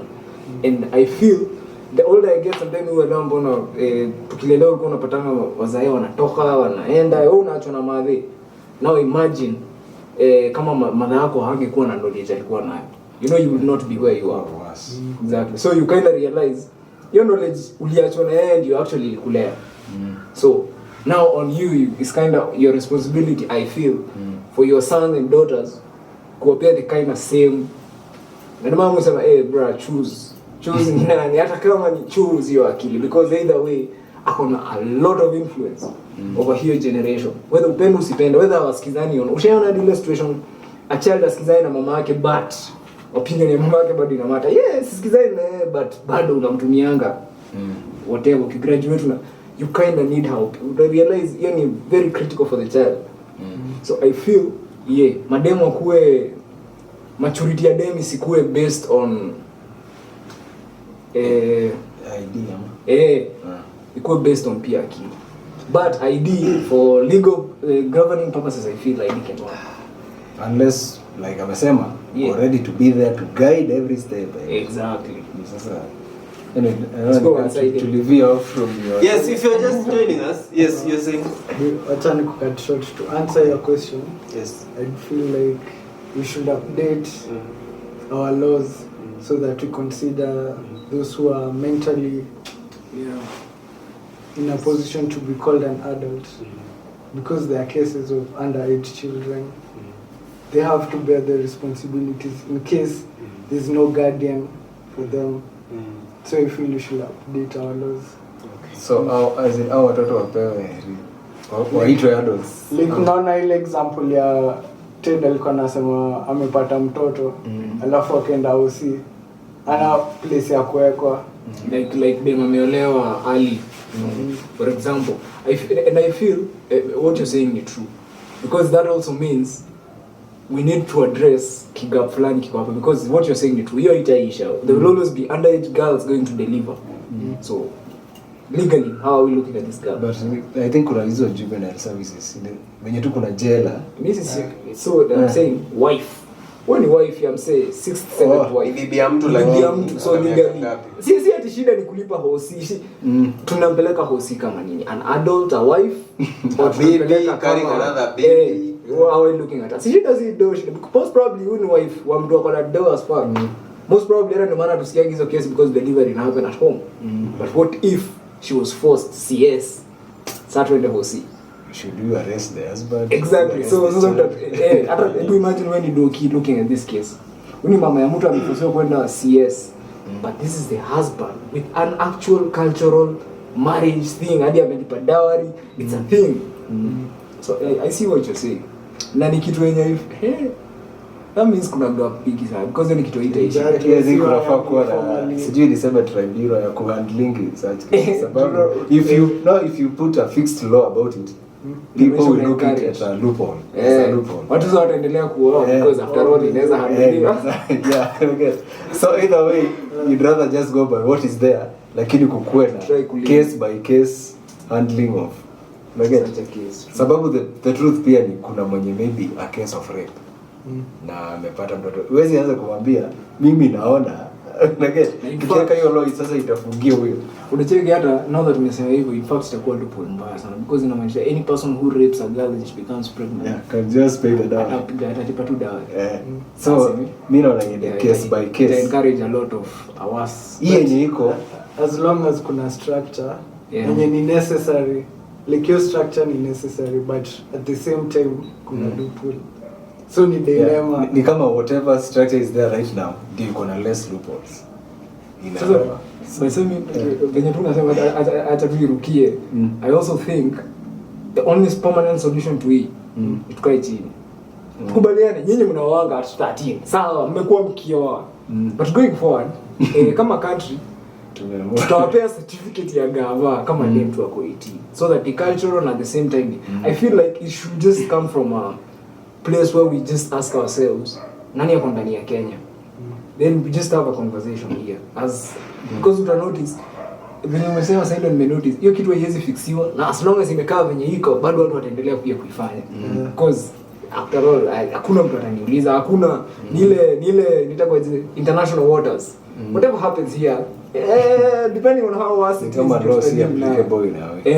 Ina-apply tu based on the mfuko level yenye unaweza fika because utaona tu hapo msee anaweza lipa na aende because hata hiyo ni hiyo tukulipa doki wewe shughulika hiyo story ishe doki akubali. So kind of I feel if it's a permanent solution then I dialogue sioni any other choice. Okay. Okay, so if you're just joining us, we are talking about adulthood. You might have wondered walienda wapi, and if you are one of those people who are wondering kwani walienda wapi, then probably your brain has not matured to 30 years. So come back after some years and then you'll be able to understand adulthood. Yeah, but it's a home of very unpopular opinions and you had them here first. Me and sijui kumeenda aje. And thanks for that one. Opinions. Not Bible truths. Yeah, just ni kuongea pale waanze kuniambia unajua Bible truth hapa naongea chenye saa hiyo but it's good. If you have a contrary opinion, please. Yeah, pia wewe rusha opinion yako. That's the only way we learn, by challenging each other. I like place umeenda na relations za wase na nini. There's a question I had. I don't usually listen to perverts. But you know sometimes nilisikia and it got me thinking because we were to talk about adulthood. So umesema in some cultures some people marry when maybe watu wengine wako very young. And hata kuna times zenye we've seen like was it Wamboi and Mbogwa in Kenya? Do you remember? Yeah. Ule mshosho man, I'm shosho with like very let me not be graphic, but yeah, ni mzae, and then kijana hata kujuzi kuna mwingine mwenye alisema like nimeangalia mapengo wote nikadecide mko juu sana. Like, you know, so kuna hiyo. Na okay, lakini at least ilikuwa kuna age gap na nini. But sasa mimi nasema age gap yenyewe. You know, once you're 18, even if you want to marry someone who is about to die, you're okay. True. Until death do you part, which might be 2 minutes from now. It's okay. But if someone is underage, you get, now you are on knee, then it becomes an issue na tumeongelea hiyo. But we have also talked about adulthood being a state of being fully grown or being fully mature. Now, kama akili or okay, na tumesema maybe akili inaweza grow, growing maybe until even 30s, maybe 20s. But tumesema kuna hizi cases zenye kuna watu special ambao probably their brains mature a bit faster. Now, I had this person asking this question. But they were comedians, so maybe don't take them serious, but it got me thinking. Likuwa nauliza, like, if you meet someone who is, if a guy who is of age meets mdem mwenye hayuko of age but akili yake iko of age. Natuna kitu kama akili yake iko of age. We've just talked about special. What did you say nini? Wewe ndio umesema. No. Tumesema adulthood ni nini? Ni an entity or a body or a thing ikiwa fully grown. Na tumesema kuna watu wenye wanakonga special. Wenye akili zao, like this kid can even go to an institution na afanye kazi yenyewe, wewe ukipewa huwezi. Because akili yako maybe haijalini. So, it's hypothetical. So kama huyu mtu anaweza prana na wasikizana. Now the only thing wrong would be probably wafanye kitu physical yenye probably inaweza fanya umse afungiwe na ndio. But his question was like, me, I'm not advocating for that. I was advocating for, like, can you have a relationship with huyo that is not physical until akuyo ni kama umemweka storage. No, like ujuange wewe ni manzi yangu, ujuange take me on that. You shit win happen. Because let me explain. It happens. Hiyo kitu you happen. What hii stuff you happen hata Kenya. Hata imekuwa happen for years, I mean. Your parents anakuchuzia wife, right? Nyinyi wote hata ni underage. Or hata sengine ni mzae, amechoose daughter ya ule beshte yangu kale kadem kana ibamba. So atashikeni hii ng'ombe. So that hata akifika 18, hata atake nani, si choice isham. So I think hiyo kitu you happen. The only thing would be for me, the only way tutajua there's nothing physical happening bado then mtoto akuwe under the care of the parent until you're 18. So yeah, unaweza book and everything. But then pia ikifika hiyo 18 to pay the lady a choice. Yeah, cheki. Umse alileta hizi ng'ombe ama ndio hizi ng'ombe zenye analeta, anasema nataka kuoa, ndio life atakupea na nini. At 18 uko na ID, uko na nini? You still want to go ahead? Fast. But isikuwe ni venye sasa na ndio maana nasema we need to talk because as a traditionally it will not even be a choice for the lady. Itakuwa hiyo day watu watakuja tu kwenu kwa uwekelea na hiyo story imeisha. Hiyo ni poa, but wewe unaisema na wazazi. Unajua inakonga society na nini? Sasa my point is wewe sasa ukiwa hivi utoke hapa nje useme ama demu wote wakubwa wako na either gonorrhea, syphilis, sponsor, yani wako na tu kitu. Wako na tu kitu decide watoto fresh ndio lakini sitafanya kitu. That was actually si ati we involve wazazi na unaenda unaongea naye kama unaongea sasa mimi ni no like it was like naelewa utashikwa au hujamgusa mnaongea naelewa hiyo but sasa shida itakuwa shida itakuwa when does pedophilia come? Me I think shida tu ni pedophilia. Unaget if you can't involve the parents that's pedophilia. That's pedophilia. Na ndio nilikuwa nasema nimekuuliza where does pedophilia come? Na ndio nilikuwa nasema huyu mtoto tuna consider ni akili iko. That's what I was saying about a special kid.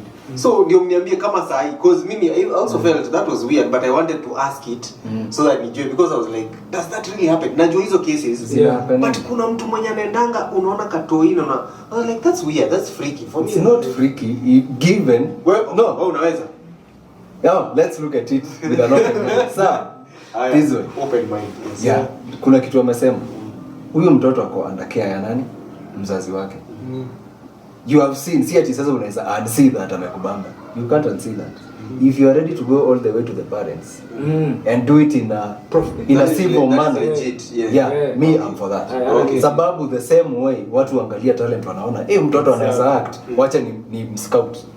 What is the difference? You are scouting for a wife, but the parent ako aware. Si wewe sasa uende pale kando, you know that's pedophilia. Exactly. When John anasema, in fact, kama unaenda uambie a child at that age, because this is a child, I feel, and this is where I feel pedophilia ina come in. And are we judging the child by the brain or by the body? To feel tukiendelea. Hiyo sorry. Hiyo ni kama ile ya uone ng'ombe ya, sorry to use this example. Ng'ombe ya jirani iko na calf. Then you tell the jirani, wacha ni book calf, ikikuwa age inaweza vuta ama kuwaka, itachukua. Ni the same thing, only that with a human you do it maybe slightly different. Sababu si ati haijawahi fanyika na ikawaka. It has, only that maybe like amesema watu wako wanapewa choice ya now. Okay, my parents have told me this. There is someone interested in me na atanipea hii life na hii life. What if at 18 that person has a contrary opinion mwenye ananunuliwa? Okay. Anafaa pewa hiyo choice. But I don't see anything wrong with that. Maybe I feel, and this is where I was saying the pedophilia comes in. I feel because this is a child, most probably saindi anaanza kupika kwa adolescent kwa if unataka kupika hiyo, because tayari ukishaanza kumwambia kitu kayo demkao haoni ati sijui ni wife na nini, anaona tu sex. That's the age she's in, right? So at the prime, hiyo ndio kitu anafikiria. So I feel like going to talk to her is actually igniting a fire. And I feel your intentions may not be real. If intentions are ni real, hata si yeye unahitaji kuongea. I feel ni the parent, ni whoever guardian. But also the child ajulishwe. Ile wewe ule mzee unaona pale, wewe ujue anakudai. So kuna hii miaka kujulisha wazazi ni kusafisha rada ya hakuna kitu mbaya. But naye akijulishwa when she's of niyo ku realize that actually this person has a say in this, because at the end of the day ni yeye, sio wazazi. Akifika hiyo age ni yeye. Ni kama venye hata watu waambiwa. Ndio maana nimesema tuangalie na an open mind where such things apply in other aspects of life. Mtoto anaambiwa ukifika class 8 nataka uende Starehe Girls ama Pangani Girls. What is that? What is the difference between that? Na ukifika 18 years kuna mtu hata asiambiwe ni nani, but ambiwe kuna mtu ulimuinterest na already, just like amesema mind yake si distractive. Sababu at that puberty age kitu yenye ataanza kufikiria maybe ni itakuwa very one dimensional, maybe sexual and all that. Hata kuwa anajiangalia kama huyu mtu anataka ni kuwa responsible. Exactly, the responsibility yenye actually inaekelewa ni kuzaa. So in fact mimi naona hiyo if you were to apply that in our society, you can solve these vitu za teen pregnancies zote. Like nimesema si ati iko ina applywa kitambo na ina work. It used to work. The fact that ancient Africans applied that and it worked, it should tell us that shida sio hiyo. Shida ni how we handle things nowadays. Sababu si expect mimi sasa niende ni approach mtoto wako 13 years na nikose kummanipulate. In fact, so, like amesema, if my intentions are right, I'm not supposed to even approach the child. Niende ni approach. Na nataka mtamu approach isikuwe on that level. Ikuwe ni kujuana, unijue tu. So that ile siku sasa utaambiwa ni mimi after umefika 18. Now you know. See me si stranger. So that pia isikuwe ati sasa unaforce you at 18 kwa wife mtoto ujai interaction.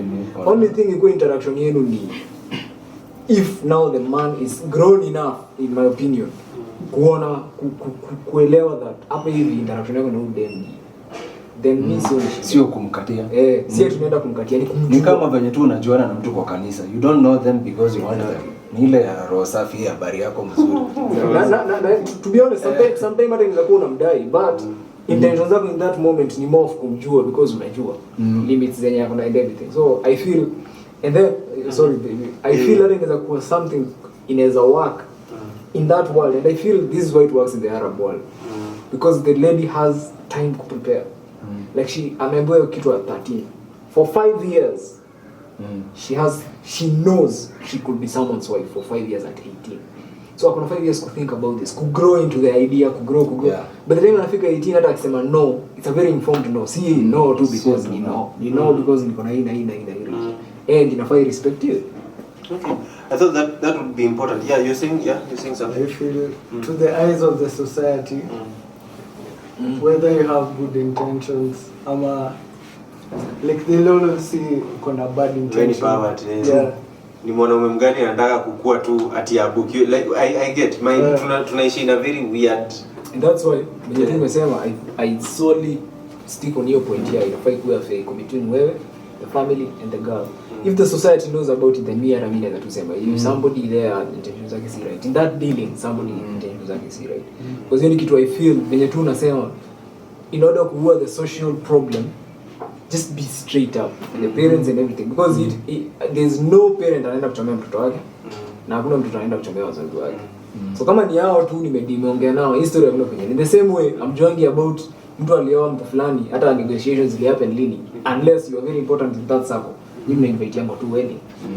So you will never know anything apart from the date. So I feel if done right it can work. And for purposes of being fair, yeah, hata wanawake ambao mko na miaka nyingi na mnapenda vijana wadogo, if you really love them, go and tell the parents. Uliona huyu mwalimu mwenye alishikwa, she was jailed for I don't know how many years. Alilala na kijana high school Kwa mimi na beg kijana biology disagree na hiyo. Na gani? Hiyo ya alikulwa. Sinasema sio the story. Na disagree na hiyo where older women should now start scouting for younger girls. I'm not saying they scout. Okay, but Nasema mimi I think unaona mimi naweza sema hivi. Uiweke peupe. Kama wewe kama huwezi fanya hivyo mbele ya watu then wachana hapo. Basi achana wako kijana. Because mbele. Mimi naangalia from a point of the man being the one who leads the woman and all that. Yeah. So sioni venye. Ni kama sahi mimi it would be, but this is my opinion. It would be stupid on me to consider dating a woman 20 years older than me. Sababu she has seen more of the world than I have. Buda hiyo ni ishi yako. Kuna watu nje wanasema kunao. Mwambie. Kunao but clearly mimi ni mtu wa mimi ndio nakuoa si wewe unanioa. Haina shida. But hata nikisema hivyo my point was na ndio tujue nani yako serious sana. Na ndio pia isivu wenyewe hawako na ndio uone how it is not pia ati kitu yenye normal hivyo ama it is not like when you unatoka hapa nje ati unaanika nguo. Yeye kwa open. Hiyo ukienda uwe mtu hapa au utaenda umwanike hapo ambia nimeua. So you want to see kama uko sawa na unajua hauna shida. Enda ufanye hiyo kitu na ukuje utuambie ni mimi. So I think basi shida iko ni openness. Kwa hizo acha tukujaji tukwambie na useme nimestand na hii uamuzi wangu. Mimi ni mwalimu wa high school. I am 45 years old na huyu kijana ni wa form 3 ako 16. Kuna like but pia if some things are done right, they go somewhere. True. Today the president of France ameoa mwalimu wake wa. Exactly. Yeah. Ndipo vile nasema almost double, but they got older fast. Yeah, una get teacher. Lakini sasa hiyo ilikuwa open from the start. Una get I don't know how the society works, but where I come from hiyo najua yes work. Haya, tuko open. Hiyo ni let's be open. Okay, that's interesting. So me I think here older marriage inaweza work. Number one, if depending on intentions of both of you. If the lady just wants a young man, fine. And if the young man wants money, number two pia ni venye sasa kwa umesema both parties were old enough, because especially ikikuja kwa a man being younger than a woman, the man has to be, utanotice for me a teenage boy, only a boy, only mtu una take advantage of, but a man 30 plus only man amekaa chini akaangalia decision, ameangalia was he ajaruka into that decision. So I feel if ni a man and a woman, but this is my opinion though, it'll work if mmejipea your time, like the man has matured enough to make your decision.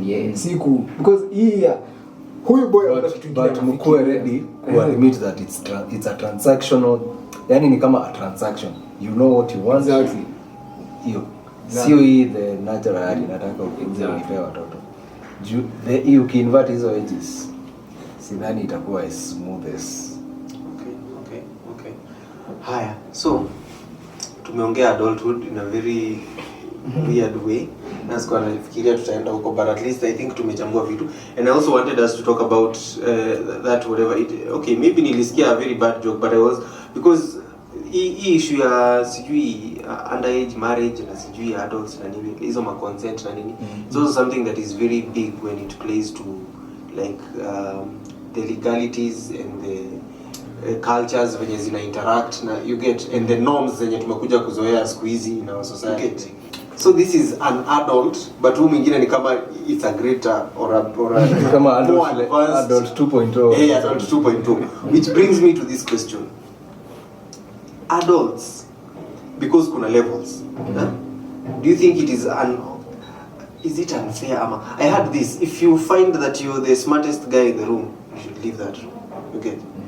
Like clearly everyone else is ni hao wana look up to you for, na wewe so hata uwape ujinga ama you're just that one. So is it because na feeling ni kama kuna wase wengine they try, or some kids you know when hawajafika adulthood wanajaribu kufika hapo very fast, you get, ama wako like I can't wait, nataka I want to do this, probably because they have an idea or they think they have an idea of what adulthood is. I will do this, I will have these freedoms and all that.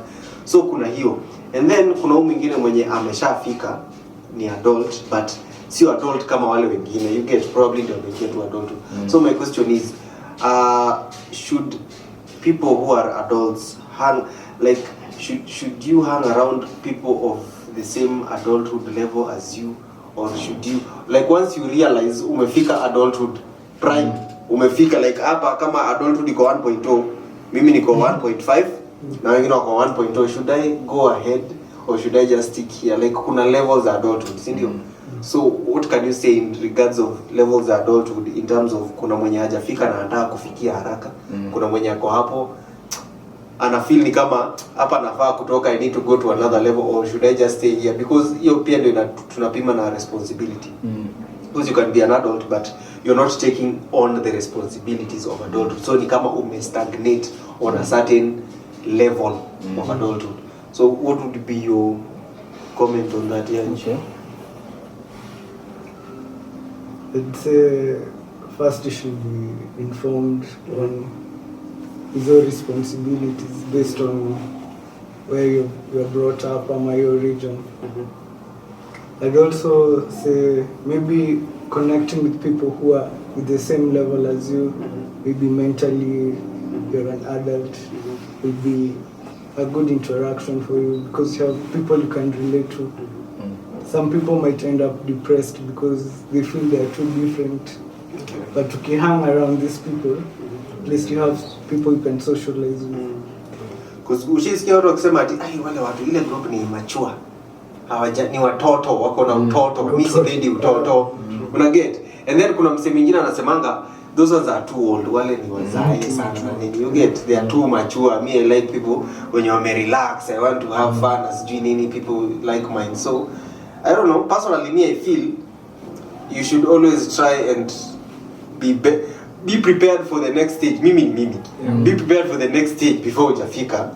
Because like kama mimi sahi I would want to know if for example I am 20, I would want to know mtu wako 25 anafanya nini, mtu wako 30 anafanya nini. So by the time nafika hapo nisianze kuhang around na wase wengine wenye wako 25 kama mimi, then go like haya tuko 25, we are kuna ile show ya over 25 anyway haya tuko hapa, we are guy wanakonga wanne hivi, we are 4, alafu akimisi na shida na hao mama ni mama ni madem, do your thing man. So tuko hapa nini, you see. So mimi ningeulizwa like I would want to hata ukae na probably wala wanaitwa wazee and then you try and bridge them, but that's just me. Yeah, ametupea yake mimi. Wewe what do you think? Mimi naweza sema na you believe in kwanza accept where you are. Sawa, usijaribu kuwa a 50 year old ukiwa 20. Accept where you are na ujikubali. Na unajaribu kuwa mabazu kweli. Jikubali where you are. But also be aware of where you are going. Hata ukiangalia in our traditional settings kulikuwa na hizo age sets. Na hizo age sets hazikuwa ati ni exclusive ati watoto wasiwa interact na hao. The truth ni pause hapo. Tuone watu wa 844 na CBC. Tutulia hapo, acha niulize hawa ndio lose. What's the difference between an age group and an age set? Age group na age. An age group is a combination of age sets. I think age set is a combination of age groups. Wamepata hawajapata tuambie hapo chini hata mimi sijui. Haya tuendelee. So inasema ukishakubali where you are, anza sasa, unajua where you are, be aware of where you are, but also seek awareness ya kwenye unaenda, sababu you cannot just be blindly going somewhere. The truth ni if you are 20 now, at some point you will be 30. So hiyo 30 isikuhit ukifika 30 ndio 30. Look at people who are 30, don't make the same mistakes they are making. Unaona, the truth, the beauty of life ni kila mtu ujiona wise according to their age. Hakuna mtoto sahi anajiona akiwa na utoto. Yeye anajua my greatest wish in this world as an 8-year-old ni to be a Spider-Man. Na hakuna kitu kingine greater. Until afike miaka 18 na realize my greatest wish is a Range Rover, hakuna kitu kingine nataka. Until apate Range Rover realize my greatest wish is a grandchild. No. So with different ages comes different desires. Na believe pia different challenges. Ni kama venye watu ambiwa challenges za teenage. Ni maybe hizo za nito self awareness, vitu kama hizo. Kujitambua. Yeah, there's someone in their 40s akona midlife crisis. True. So I believe in as much as a teenager ama a 20-year-old mwenye na search themselves 20 to 30 anajitafuta, atafuta identity yake, stabilize. Anafaa pia ajue what happens at 40, hiyo midlife crisis ni nini. Ili asijipate kwa midlife crisis na hata square aware. Jumi wana shida hizo, shida sio kuwa na midlife crisis, shida ni kutokuwa aware of what it is. Ikikugonga unafaa ujue niko hiyo stage. Yeah, ni kama venye mtu akiretire, huwezi anza complain guy ati ni na retire how. You can't start complaining. Yeah, you should inakuja ni kama yasema you see it coming. Yeah, you cannot start saying hapana hata sky 60 sky retirement. You cannot argue like that. Akiona mama. You should be bigger. Unafaa ku accept where you are. Juu vile happiness yako ni inaanza na hiyo. Yeah, haianzi from wewe kujaribu the same way huwezi anza sasa ku track backwards. Ati uko 60 na nataka kushikashika matope like a 1 year. Shika it's not illegal. But sasa ukishikashika with a 60-year-old mind, not with a 1-year-old. Ukweli. Haya tuambie what are your thoughts on the levels of adulthood na maybe how people should view them or how you view them, and maybe wale wanaonanga ni kama I can't wait kufika kwanza hiyo ngati mimi nakatsiwa mzee wananikatia mimi nikifika chini mimi nitatesa mitagawa. Question ni mbona wenye wako hiyo tunawisha wafanye hizo vitu na wish for. Ron, ndio nilikuwa nasema maybe you have a notion or an idea of how vitu ziko huko, and so you are in a hurry, and then by the time unafika, so that's why I'm like na hizo levels. Unajua pia ni level 2 za kugrow. Una grow, unatoka one stage to the other, probably unafika hapo kwa like I'll get to the other, but kuna levels. So yeah, what's your thought on the levels za hizo za adulthood zenye msana nini all the way from not being an adult to hiyo place ya huko juu kabisa yenye una retire ama unapata. Harambee na mpisana hizo ponjola amesema ya kujikubali. Harambee, I think ukijikubali then utaweza kuona where you want to go.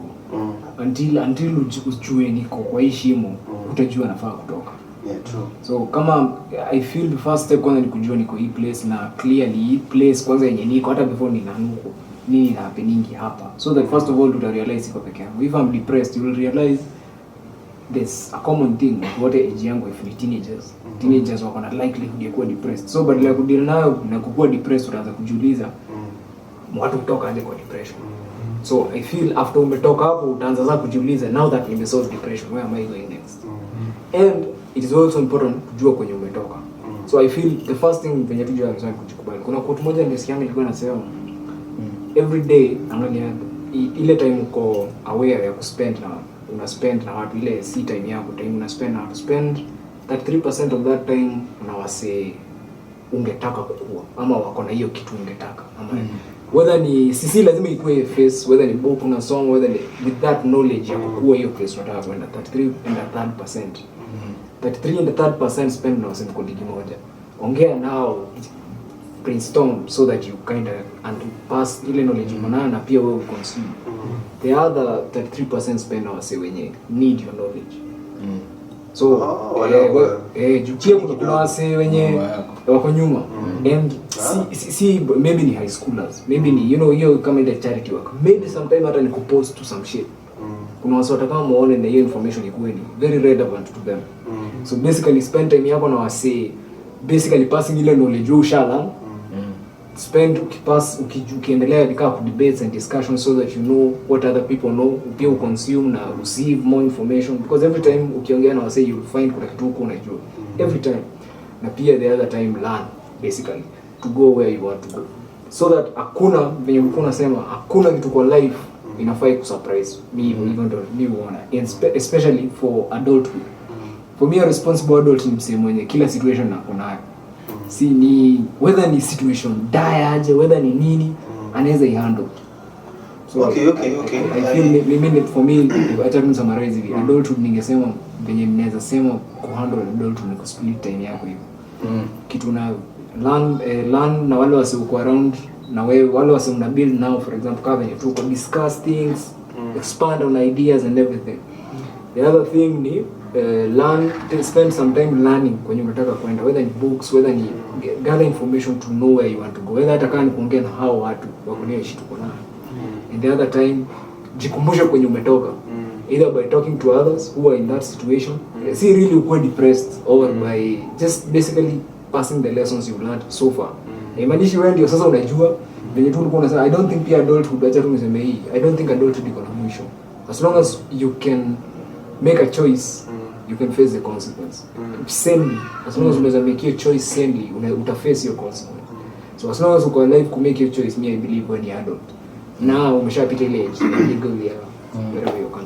So kuna according to you kuna hizi levels na kuna watu wenye wako clearly in a certain level na stage na nini. So mtu anafaa kujikubali, this is the level of adulthood that niko huyu mwingine ako hapa. So mtu for example asisikie vibaya ukiambiwa mimi mali niko mali wewe huko, hiyo naona ni kama ni utoto. Exactly. So I'm just because kuna watu wana feeling ni kama kisemwa from a point yenye sio ya spite.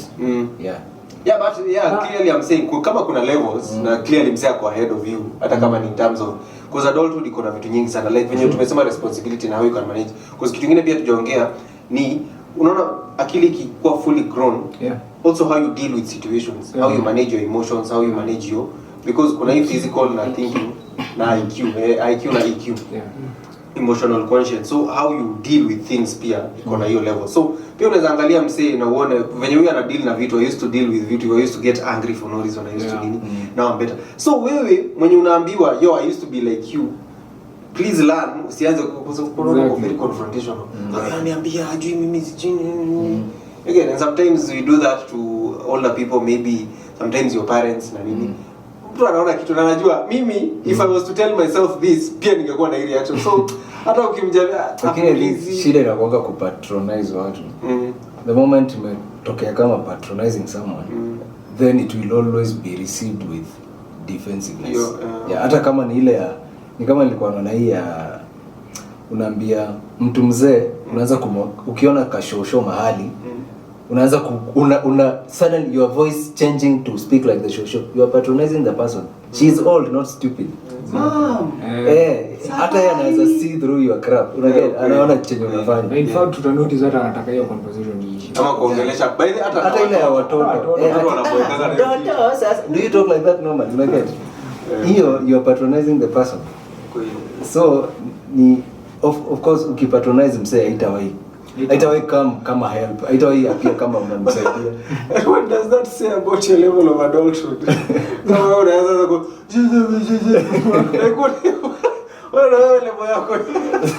So that is stuff ya mentorship na nini haifai kama genuinely ni hiyo kusaidia msee mwenye ako chini yako, ikuje kama help, sio isikuje kama unanidharau. Na sasa pia on that tu acha niseme in case upate mtu anakudharau yenye unasema kuna stuff ninaona msifana anafanyanga TikTok, anaenda akiuliza old people their biggest lessons. Kuna stuff mmoja hapo alisema sijai sawa, sema yeye the biggest kitu amelearn before aseme anything, ku reflect. Hata kama umenidharau jiulize nini nimefanya, badala ya umenidharau ujiulize umse nini, maybe kuna truth in actually when you hiyo stuff anakuambia unajua hii utata tulikuwa tunafanya, badala ya kuona hiki kiniga feel accept yourself ku feel umse amenidharau but that's not the point.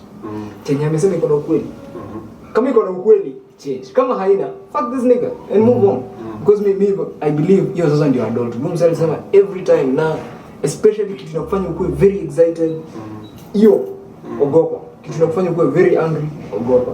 Don't make any decision. Kama umepewa news inaku-excite sana, give yourself 72 hours at least. Kama umepewa news inaku-hurt sana, give yourself 72 hours.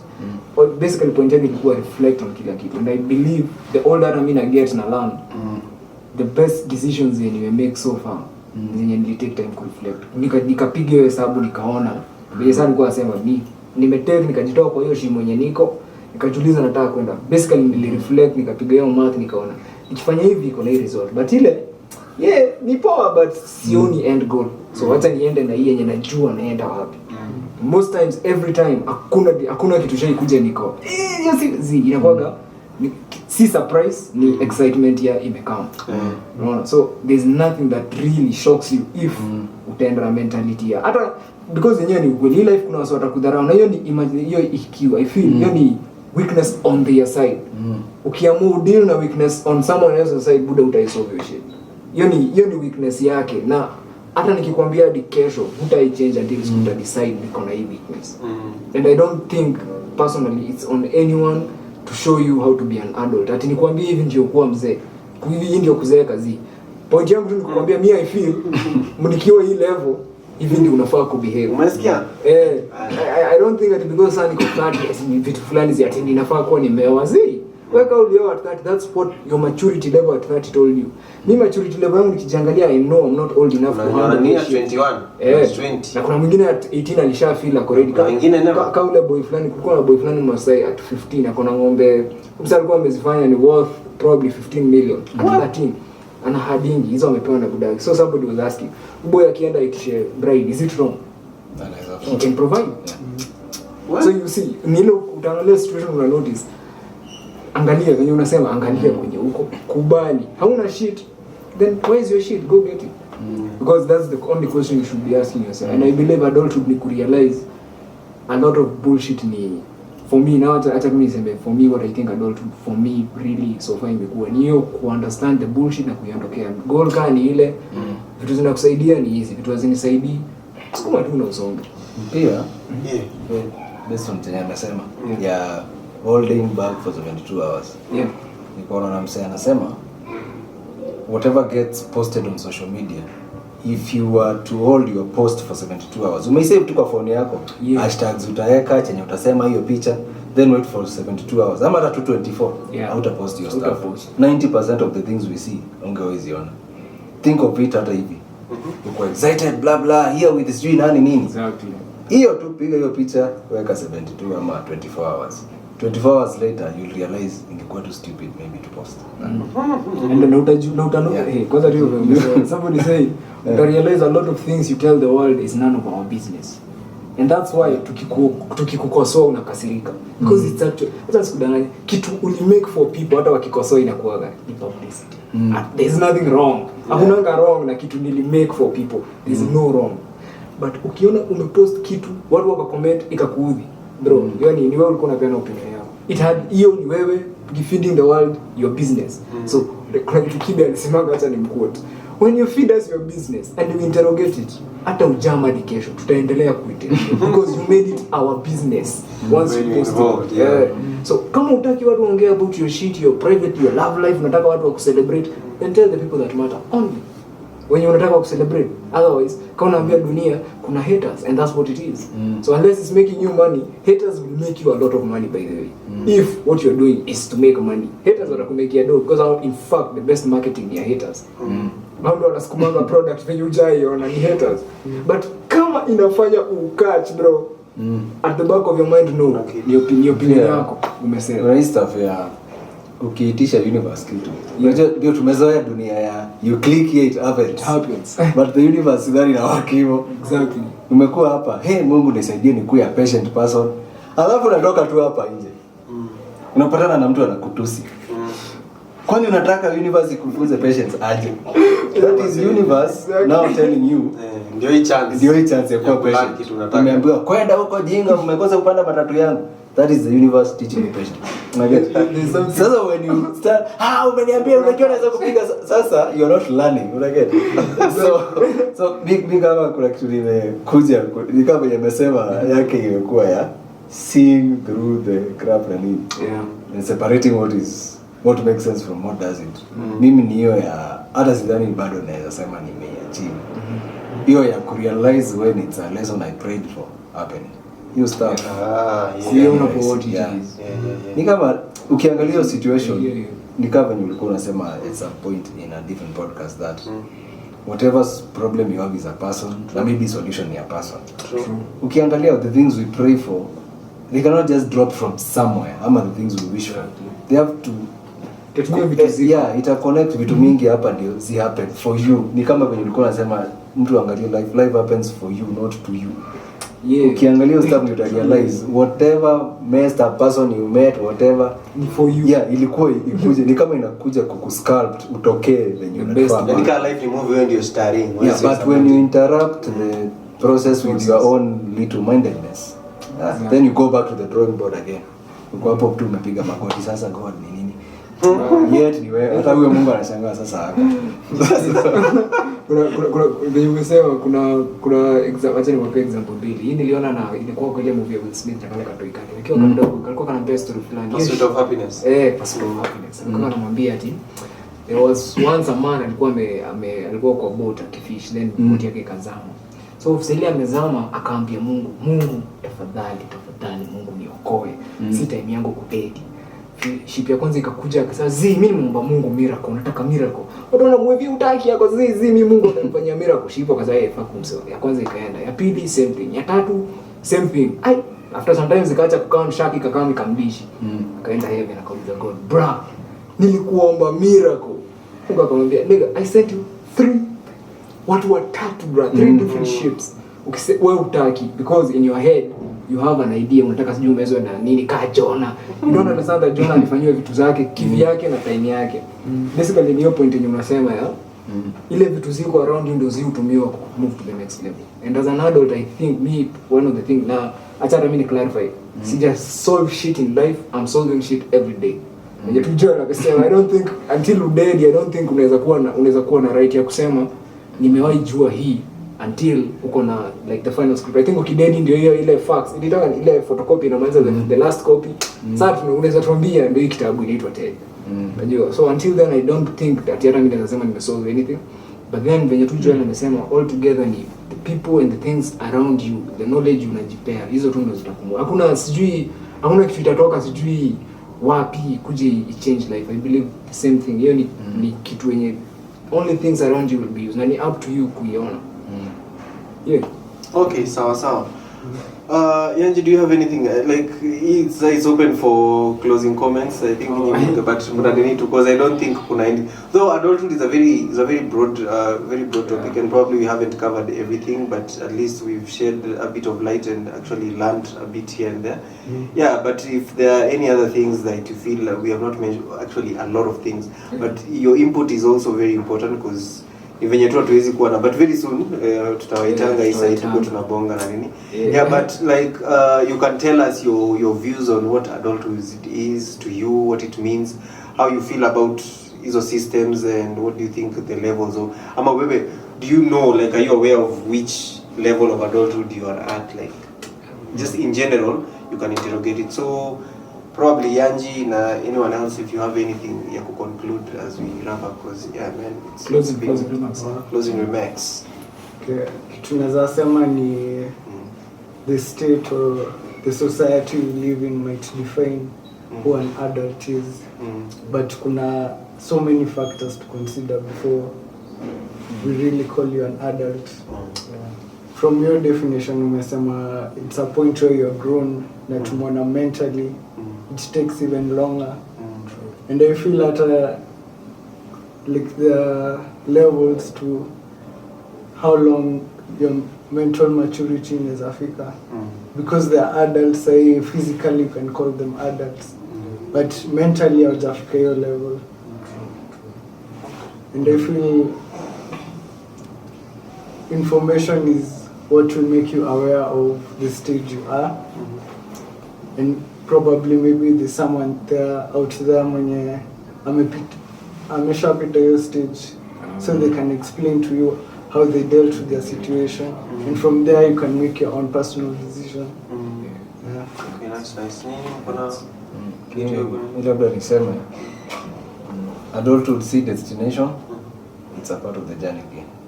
Ukiangalia kama destination or if your destination. That's what I know so far. nice. I think ile tunasema ni adulthood ni the same thing, the process, na hakuna mse yako right, hakuna mse yako wrong. So for us to call you a responsible adult, tuta notice ina happening kwa eulogy. So how responsible and irresponsible you are ni final result. Nikali unaambiwa utalea mtoi 20 years, unalea mtoi 20 years unapata result on the 20th year. Umekuwa ukifanya exam for 20 years. I believe adulthood ni exam umekuwa ukifanya since legally uweze kuwa responsible for your adults. And how responsible or irresponsible you are, tutasema tu ile ndio utadate. Or ndio utakuwa, tunaweza ona science, tunasema mimi yule msee naonanga akiwa, but truly we can say if you are because unaonanga hadi zile recover stories. So for me that's a responsible adult. Yule mtu alifigure out ako in a ditch na akajitoa na akajisort. Maybe he was the worst criminal, but that's for me adulthood yake. Naweza sema he's responsible enough to understand he had done some bullshit na aka clean up his mess. So I feel responsibility or irresponsibility isikuwe sana a concern as you're trying to be an adult. Ikuwe ni just doing the right thing for you, what you want to be done for you, to you, fanya to the rest, because I promise you it will be paid in kind. Whatever you do, it will be paid in kind here. So I think this process at the end ndio sasa tunajua how responsible or irresponsible you are. It's good based on of what the norms are. Where follow the rules the best you can, then deal with the consequences. Because either way, whatever you do, ready to know about. But either way, see destination. You grow every single day. You learn from your mistakes. Hiyo pia ni part of growing as an adult, to make mistake na kutoirudia next time. Ni watu nasema makosa si kufanya, makosa ni kurudia. Kosa si kosa ni kurudia kosa. Exactly. So I think it's as simple as that, and it's all on you how well you as an adult how successful you are as an adult people on you, where the individual information umejini vile tu yanje alikuwa sema umejipea information kiasi gani and all that. Yeah, but it's on you. Hakuna right, hakuna wrong. Just be. Okay, good. That has been adulthood. Mimi nikimaliza I will close with an analogy. Nitafunga na analogy. Analogy kwa Kiswahili sijui nini. So